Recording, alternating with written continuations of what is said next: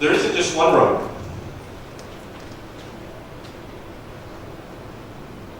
Okay. How do you discover? How do you discover that passion? Are you motivated by success? Do you like to be a star on the stage and everyone clap and say, "Oh, good job, good job"?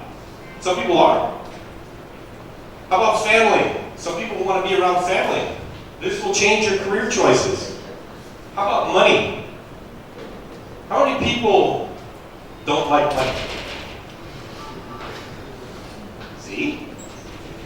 That's one of your passions already. There's more than just these. But if you figure out which ones mean something to you and which ones don't mean something to you, you're closer to your decision. Tony, the first speaker, talked about this from an opportunity point of view. And how do you read this? There's two statements here, this statement and the graph. Let's look at the graph. In 2012, the peak age of petroleum engineers in our industry in oil and gas was 60 years old. So what does that mean? What does the peak age mean? The peak age means 50% of the industry in 2012 was 60 years old. What's going to happen in 10 years? 2022. All of those people, 50% of the industry, gone. Retired. Gone. 60% of the industry is going to have a giant hole. 60% of the industry is going to need more people. This is a key metric for your career success. There are going to be so many opportunities in the next 5 to 10 years for your career to go up that I wish I was your age, because this is great stuff. Now, how did it get that way? Because the industry made some mistakes in the first downturn. And we could go back to that slide, but we don't need to. You saw how that first downturn over here was gradual, and then it stayed low. During that time, the industry didn't hire anybody. And all those people working got older and older and older. And then over here and a couple of these. And so the industry became very old. And it is old right now, like me. Hundreds of years old. You have lots and lots of opportunity. Don't worry about today's oil price. You're still young, you're still in university, you've got 6 months to go, maybe 3 months to go if you're graduating in May. Don't worry about this downturn. There's so many opportunities in this industry when this opens up. And not everybody retires in 10 years at 70. You know, I'd like to retire well before that. Okay, so how do you cross this bridge and get to the opportunities and make money? Because everyone has a passion for money. Get your hands dirty. I heard about internships. Do an internship. That's getting your hands dirty. When you take your first job, you are not going to be a vice president. You're going to be a guy or a gal who gets their hands dirty. If you don't get your hands dirty, you don't have the right attitude. Remember attitude. Learn to listen. This is important. Not just hearing. We can all hear. Listening is understanding what you hear. And some would say that we were born with 2 ears. 2 ears and 1 mouth for a reason. 2 ears to listen better. We've already talked about change. We've already talked about attitude. Exceed expectations. Great. Glass half full. Does everybody know this acronym about glass half full or glass half empty? If you have a water bottle that's filled only halfway with water, is that half empty or half full? Depends how you see it. Be a glass half full person. A couple of other little tidbits. How many people have taken any kind of course in finance? You guys are in a technical university, and we're talking about oil and gas. Anybody taking a course in finance? You need to. Even if it's not part of your graduation, understand finance makes the world go around. Just buy a book, read it. Okay. We don't need to talk about the rest of those. Okay. Another little quote that I share with my children is they get frustrated when things don't go well. Being involved in things that don't go well is what's going to give you a career, as long as you're not the cause of what doesn't go well. Why? Those people have dirty hands. And they've experienced difficult times. Those are the people that we want to keep. Those are the people in this downturn, in our company, in my company, that we look to keep, because they have already showed us that they can work here. Almost anybody can work in a growth industry. You know, last year in Vietnam, you know, starting in the first quarter, January, February, March, April, May, June, and arguably third quarter, July, August, September, very, very good market in Vietnam for oil and gas. Very good. It grew 30% from the year before. Everyone was happy. You know what? It's easy to run a business when things are going well and it's growing. It's much harder to run a business when it's failing, when the market is failing. Those are the people we want to keep. So don't be afraid of working in failure. Just don't be the cause of it. Okay, we're getting to the end here. I didn't talk about integrity, but integrity matters as a criteria for your success, and for you to be successful in your first job, in your second job, in your third job. What is integrity? Integrity means many things, but here's what it means to me from a business perspective. Say what you're going to do, and then do what you said. So if I ask you, what are you going to do today? And you say, well, I'm going to go here, here, and here. Do it. That's integrity. So you want to be the person that everyone wants to work with because you got a great attitude. Expectations, we talked about that. Study and understand finance. Don't be afraid to get your hands dirty with experience. What else I got here? This comes from an old guy. As I mentioned before, I think it's my last slide. As I mentioned before, technology is an enabler of speed. So we have more technology now. You guys have, you know, WhatsApp and Viber and Facebook and blah, blah, blah, blah, blah, blah. All of that is enabling your life, enabling you to do things faster with more people. That's great.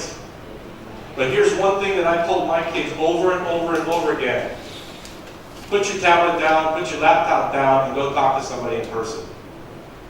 Business thrives on people who can talk to other people, not text other people.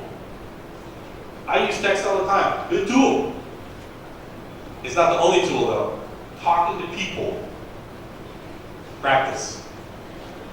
Okay, I threw this in here just to give you an example of what's happening in the United States. This is not Vietnam. This is the number of drilling rigs in May, 1 year ago. Let's call that 1,850. This is the number of drilling rigs in April, this month. 1,000. 1/2. So that means 50% of the projects for searching for oil and gas, gone. Gone already. In North America, this industry is in much worse trouble than anywhere else in the world. And let me talk just a little bit about Vietnam, and to elaborate a little bit on what Tony said. Vietnam is not in trouble. The United States is in trouble. Vietnam is not. We haven't seen anything like this kind of drop. And we don't expect to see anything like this kind of drop. In fact, we believe next year the industry will increase instead of decrease. Even if the oil price stays the same, we believe the industry and projects will increase. We believe that. We don't know that for sure, but we believe that. And we believe in 2017, so next year 2017, even if the oil price stays at $50, the industry here will increase tremendously. Why? Because there's some oil and gas finds that Mr. Tony talked about in the southern part of Vietnam and in the northern part of Vietnam that will allow Vietnam's industry to grow. That's all good for you guys. Jobs. And the last thing I want to say before questions. You're in school right now. What's the number one way to get a job after you graduate?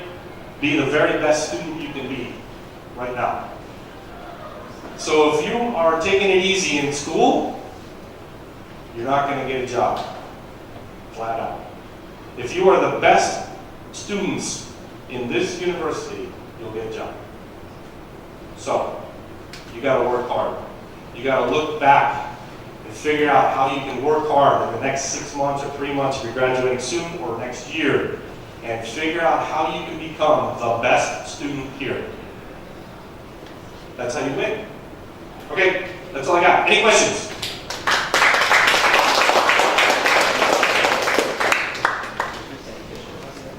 Any questions? Somebody after that? Hello everyone. Hello Mr. Mark. Yes. I have a question for you. As you say, I want to know what defines the best students. What defines in terms of skills or the knowledge or their other things that company looking for? Yes, good question. And I will be absolutely straight with you. If a young person comes to me with a transcript that shows, I don't know how grades are qualified in Vietnam, but in my country, there's a thing called a grade point average, which is 4 points out of 4 is perfect. If a young person came to me with a transcript that had 4.0 out of 4.0, I would immediately have a problem. Because that shows me they're not doing anything else besides studying. And guess what? Studying is good, but that's not the only thing we're looking for when we hire people. We want people who are well-rounded, which means you study hard, you have done some leadership things, so you've led some student groups, or you do some leadership projects, and that you volunteer in your community, and that you have fun. So on your resume or your CV, somehow you have to communicate that. That's what I look for. And if a student that his grades was medium, but his knowledge is kind of skilled. So is there any perspective for these students to be accepted to any company? I'm going to answer that in 2 ways. First, what I'll say is, in this market, that isn't going to work. A mediocre student doesn't know enough to come to work for me, so I'm not going to hire that person. It doesn't matter how much you know. You don't know enough. And you don't know what I need you to know, because I'm going to train you to work in my business, so you don't know enough. That's the first thing. In this market, I'll share with you just a quick story. I am an engineer by university degree. I have a master's degree as well. But when I graduated from undergrad, remember that 4.0 scale? My grade was 2.5. Not high. But on the rest of my CV, I showed many projects for leadership and do this and do that, do that. So when people looked at my resume, I said, oh, well, you don't spend a lot of time studying, but you sure do a lot of other stuff that we like. The market was going up. Easier to get a job when you don't have perfect grades when the market is going up. When the market is going down, difficult. You have too many other students have good grades. Okay. Any more questions? Hello, ladies and gentlemen. Yeah, I have a question to ask you guys.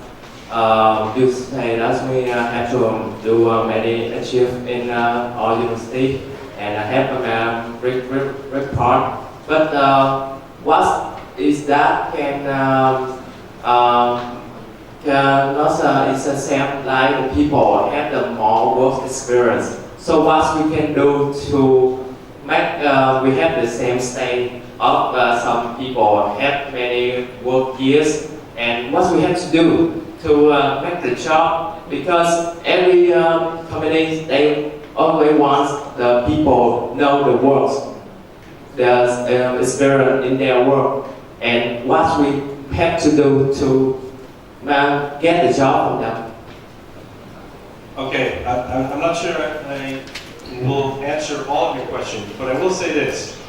All companies that work in Vietnam that I showed you in oil and gas, and including the previous company and the operator before Schlumberger that went before, we all have programs to hire new graduates that don't have work experience. However, if you're a new graduate and you have internship, or you worked in the summertime, or over the years you have work experience, we like that. We like that. It's not 100%, it won't disqualify you if you've never worked before, but it will help you if you have worked before. However, if you've worked but your grades aren't good, which means you spent a lot of time working and not a lot of time studying, we will have a problem with that. Grades are important. They're not everything, but they're important. So if you can maintain good grades, not perfect grades, but good grades, and you can do an internship, and you have to work because your family needs you to work, if you can do all of that, we want you. Because we know that you can do many things well. That's what we look for. Good question. Okay, that was the last question. Thank you very much. Enjoy your time today. Work hard, study hard, and play hard.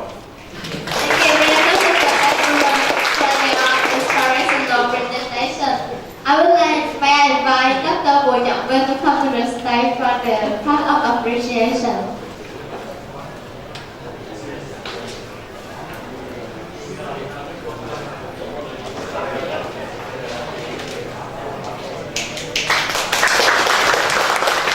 The experience last time, so I would like to invite all our splendid guests to come to the BA for the BBQ party.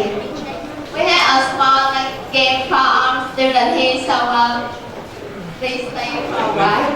Vâng, thì bây giờ ở đây có 6 phần quà, thì buổi sáng hôm nay mình sẽ trao 3 phần quà. Đầu tiên là một cái điện thoại di động. Đó, là một cái điện thoại di động. Bạn có thể thấy là một cái điện thoại di động rất là thời trang, kích thước nhỏ nhắn xinh xắn. Và không biết bạn nào sẽ là người đoạt giải. Vâng, rất là vâng, và trên tay của tôi thì đang có người may mắn nhận được chiếc điện thoại này. Vâng, xin chúc mừng bạn vâng, một bạn sinh viên đến từ nơi xa, Đại học Dầu khí Vũng Tàu. Vâng, xin chúc mừng bạn Tạ Quốc Anh. Cho cái tay đi ạ.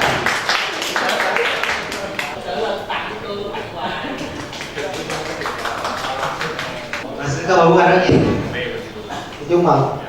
Tiếp theo sẽ là một cái phần quà. Tiếp theo là cái này đi, một cái điện thoại này hả? Một cái điện thoại nữa, nhưng mà giá trị nó cao hơn xíu. Lumia 640. Đó, cái điện thoại không? Xin lỗi, phải rồi. Cái điện ngoài điện thoại còn trong là cái khác, con chuột. Rồi, một con chuột máy tính. Vâng, và bây giờ thì bạn nào sẽ được con chuột máy tính này đây? Rồi, bây giờ là một bạn Hồng Nguyễn. Ai Hồng Nguyễn? Bây giờ bạn Hồng Nguyễn đâu? Thì qua ta. Rồi, xin chúc mừng bạn Nguyễn Huỳnh Thành. Ở đây không? Vâng, xin mời anh Duy. Xin mời anh Duy trao cái quà cho bạn. Xin mời anh Duy trao con chuột cho bạn. Mình rất phấn.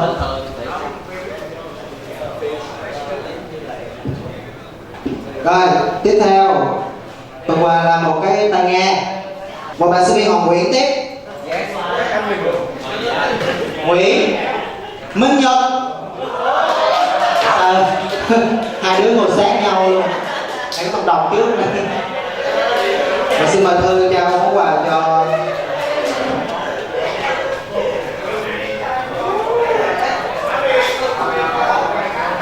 thì 3 phần quà của chương trình đã được trao đến với những bạn xuất sắc nhất. Đó, bây giờ là thời gian để các bạn có một cái bữa trưa thú vị.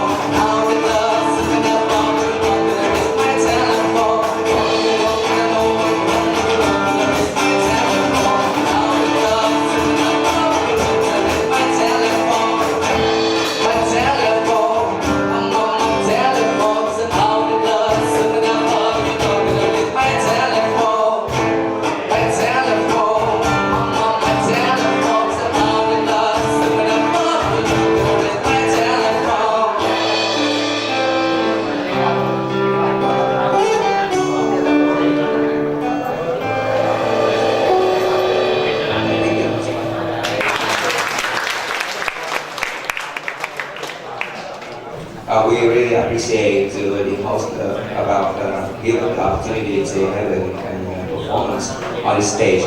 So the first song we want to perform, that is a famous song from One Republic, the song named Coming Star, Elton John.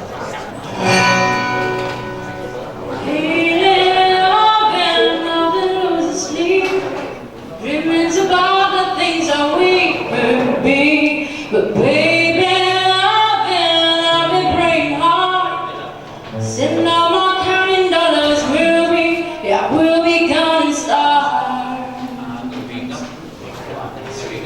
I see it's like swinging vines, swing my ball, what's the light in my face and flash inside, seeking out and we shall find. Oh, but I'm not that old, young, but I'm not that old. I don't think this world is so.